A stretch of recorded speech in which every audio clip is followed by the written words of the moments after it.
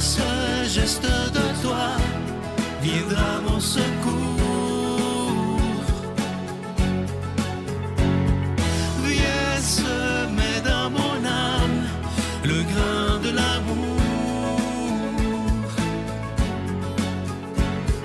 Je traverse un désert et je meurs de soif.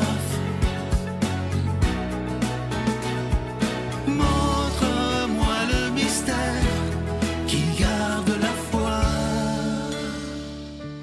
Bonjour, bienvenue à votre émission La Victoire de l'amour en ce mercredi 23 avril 2025. J'espère que vous vous portez bien chez vous. J'espère aussi que la joie de Pâques se poursuit, se continue dans vos cœurs, dans vos vies.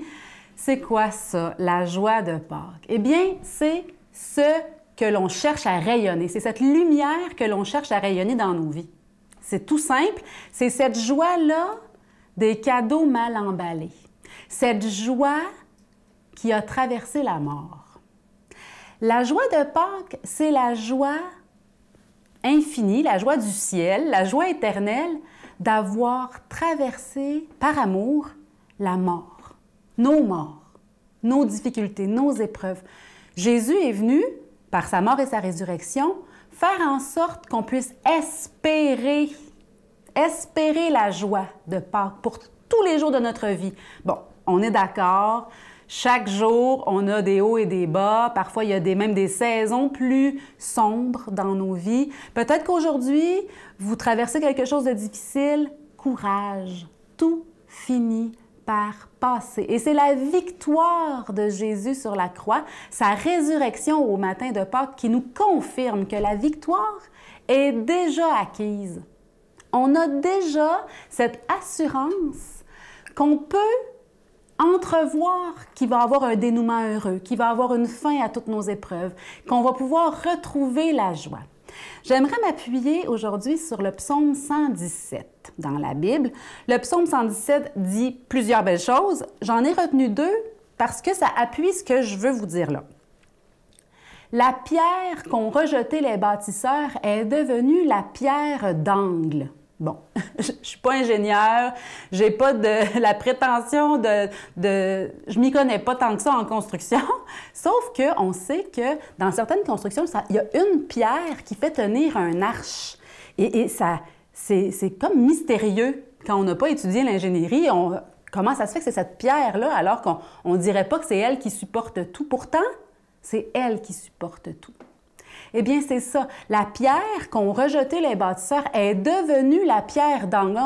Elle n'a pas la bonne forme, on construit notre mur, on construit notre structure, et puis à la fin, finalement, c'est cette pierre-là qu'on a besoin pour être le centre et l'appui de tout. Ce qui va faire que tout va se tenir.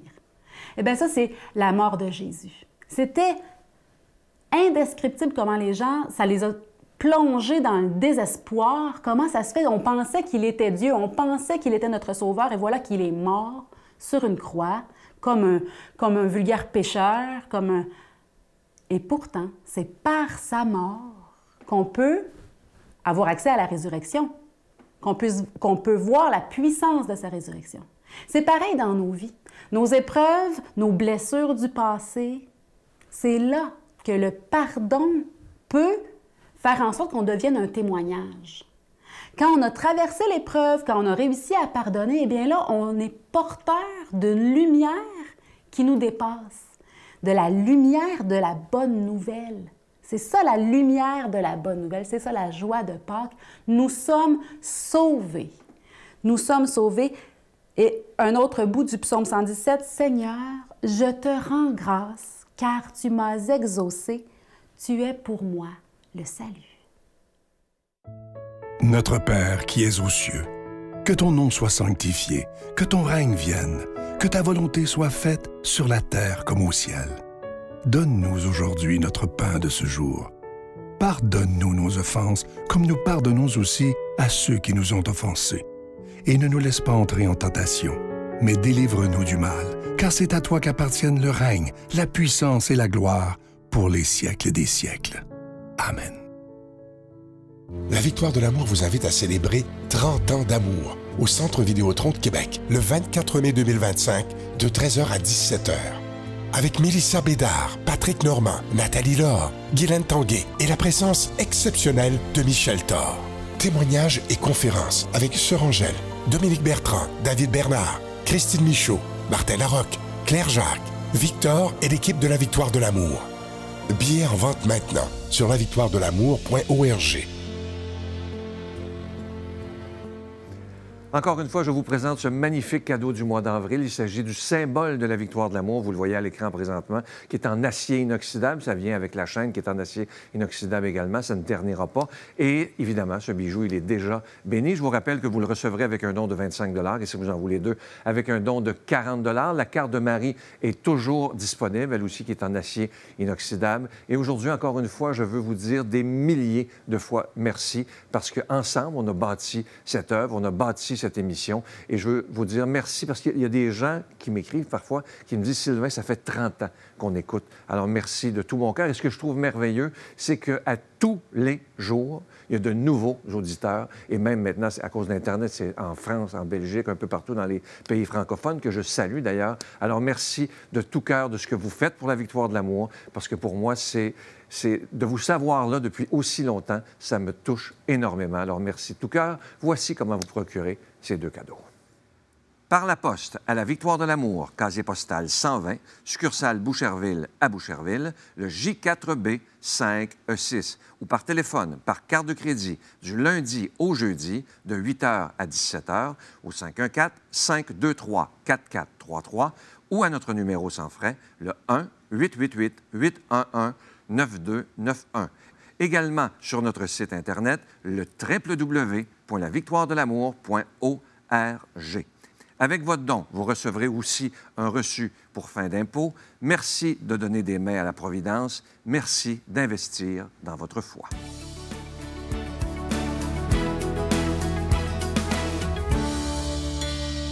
Mon Dieu, donnez-moi la sérénité d'accepter les choses que je ne peux changer, le courage de changer les choses que je peux et la sagesse d'en connaître la différence. Amen. On s'en va maintenant rejoindre Victor qui va nous commenter l'Évangile d'aujourd'hui.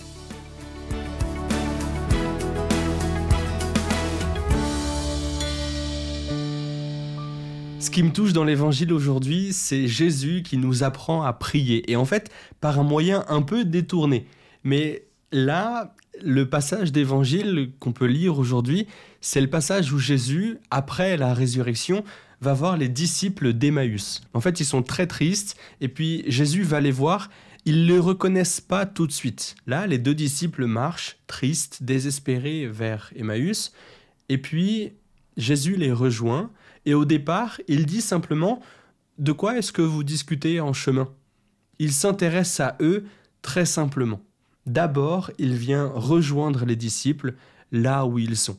Il vient nous rejoindre là où on est, avec ce qu'on traverse actuellement, avec nos joies, avec nos peines, avec ce qui se passe là maintenant, sans rien cacher. Et Jésus, il est prêt à tout accueillir. Techniquement, on pourrait se dire, mais c'est terrible d'avoir Jésus en face et de dire, il est mort, d'être désespéré, etc. Et pourtant, là, Jésus, il est face aux disciples qui sont désespérés de sa mort, sans même qu'ils le reconnaissent. Et Jésus, il s'en offusque pas. Il accueille là ce qui est présent, sans juger, sans presser, sans quoi que ce soit, juste il l'accueille. Ça, c'est la première étape de la prière. On se met en présence de Dieu avec ce qu'on est, là, maintenant. On n'a pas peur de dire à Dieu ce qu'on traverse, de dire nos peines, nos joies, nos difficultés, nos épreuves, nos réussites.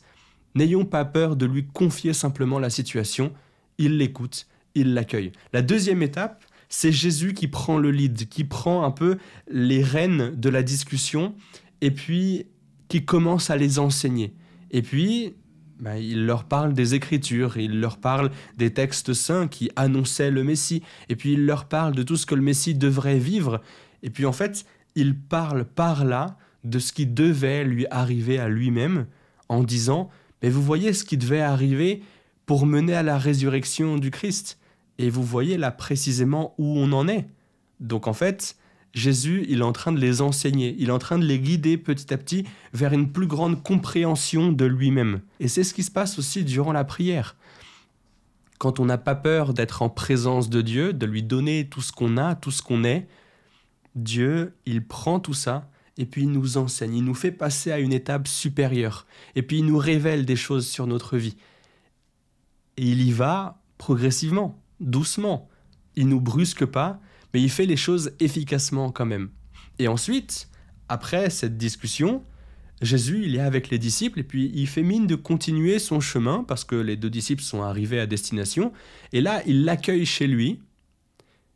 Et donc peut-être que ce que Dieu attend de nous, c'est qu'on poursuive la conversation, c'est qu'on ose l'accueillir chez lui. Donc non seulement on a passé quelques minutes en prière, mais en plus, on met en place quelque chose pour garder Dieu avec nous tout le temps, toute la journée et toute notre vie, pour être constamment en présence de Dieu. Donc choisissons quoi? Soit ça peut être la décision d'aller à la messe tant de jours par semaine, soit ça peut être d'avoir un chapelet dans la poche constamment, par exemple, pour qu'à chaque fois on met les mains dans les poches, on tombe sur ce chapelet et on se remet en présence de Dieu intérieurement. Soit ça peut être tout et n'importe quoi pour garder Dieu avec nous et l'inviter dans notre vie. Le mieux, c'est toujours de vivre des sacrements, donc la messe, la confession. Et en fait, c'est ce qui se passe là. À table, pendant le repas, Jésus, il prend le pain, il le rompt, il le bénit, et là, c'est l'Eucharistie, et à ce moment-là, il est dit que les 2 disciples d'Emmaüs le reconnaissent, leurs yeux s'ouvrent, ils sont émerveillés, et Dieu disparaît à leur vue, et donc les apôtres, ils sont, mais est-ce que notre cœur n'était pas brûlant au moment où on discutait avec lui? Comment est-ce qu'on n'a pas fait pour nous en rendre compte? Et donc, cette rencontre-là avec Dieu, donc non seulement il y avait cette mise en présence, mais l'enseignement, et là ils le reconnaissent, et il y a cette intimité, il y a cette relation réelle, vraie, profonde avec Dieu. À ce moment-là, ça allume un feu en eux, et ils sont prêts à faire tout le chemin retour de nuit pour aller voir les apôtres et dire « Jésus est ressuscité », bref, pour témoigner. Et cette rencontre avec Dieu, cette prière, ça allume le feu de la mission. Alors, nous aussi, essayons de prier, de cultiver cette relation avec Dieu et voyons ce que ça ranime dans nos vies. Allons à la messe, allons nous confesser, essayons de prier quelques petites minutes par jour. Voyons ce que ça donne. Jésus vient progressivement, il nous enseigne de l'année une rencontre et puis le feu intérieur. Goûtons à cette joie-là, au nom du Père et du Fils et du Saint-Esprit. Amen. Je vous salue Marie, pleine de grâce. Le Seigneur est avec vous. Vous êtes bénie entre toutes les femmes, et Jésus, le fruit de vos entrailles, est béni. Sainte Marie, Mère de Dieu, priez pour nous pécheurs, maintenant et à l'heure de notre mort. Amen. Bientôt, mes chers amis, nous allons célébrer le 30 ans d'amour avec la victoire de l'amour. On est dans l'action de grâce, dans la gratitude pour ce grand cadeau de la victoire de l'amour dans nos vies, n'est-ce pas? Avez-vous acheté vos billets? Vous êtes-vous procuré vos billets? Pour le faire, il faut appeler au Centre Vidéotron au 1-877-658-9866, 1-877-658-9866 ou nous contacter à La Victoire de l'amour sur le site web au www.lavictoiredelamour.org. J'espère vraiment, sincèrement, qu'on va être très nombreux pour célébrer cette grande grâce qu'on a et pour remercier Sylvain par le fait même. Quelle grande inspiration il a eu, quel grand dévouement, parce que ça en demande du dévouement.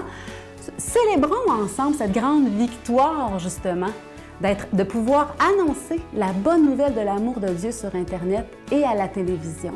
Célébrons ensemble, mes chers amis. Allez vous procurer vos billets. J'ai hâte de vous retrouver. Nous serons là pour célébrer ensemble la victoire de l'amour. Bonne journée. Puis le fait de tomber malade, ça a été un wake-up call sur arrête de t'éviter. Arrête de tout mettre sur les autres. Et on laissera une trace d'amour, un peu de bonheur pour tous les jours. Oui, on laissera une trace d'amour, avec le cœur, pas des discours. Oui, on laissera une trace d'amour, un peu de bonheur pour tous les jours. Oui, on laissera une trace d'amour.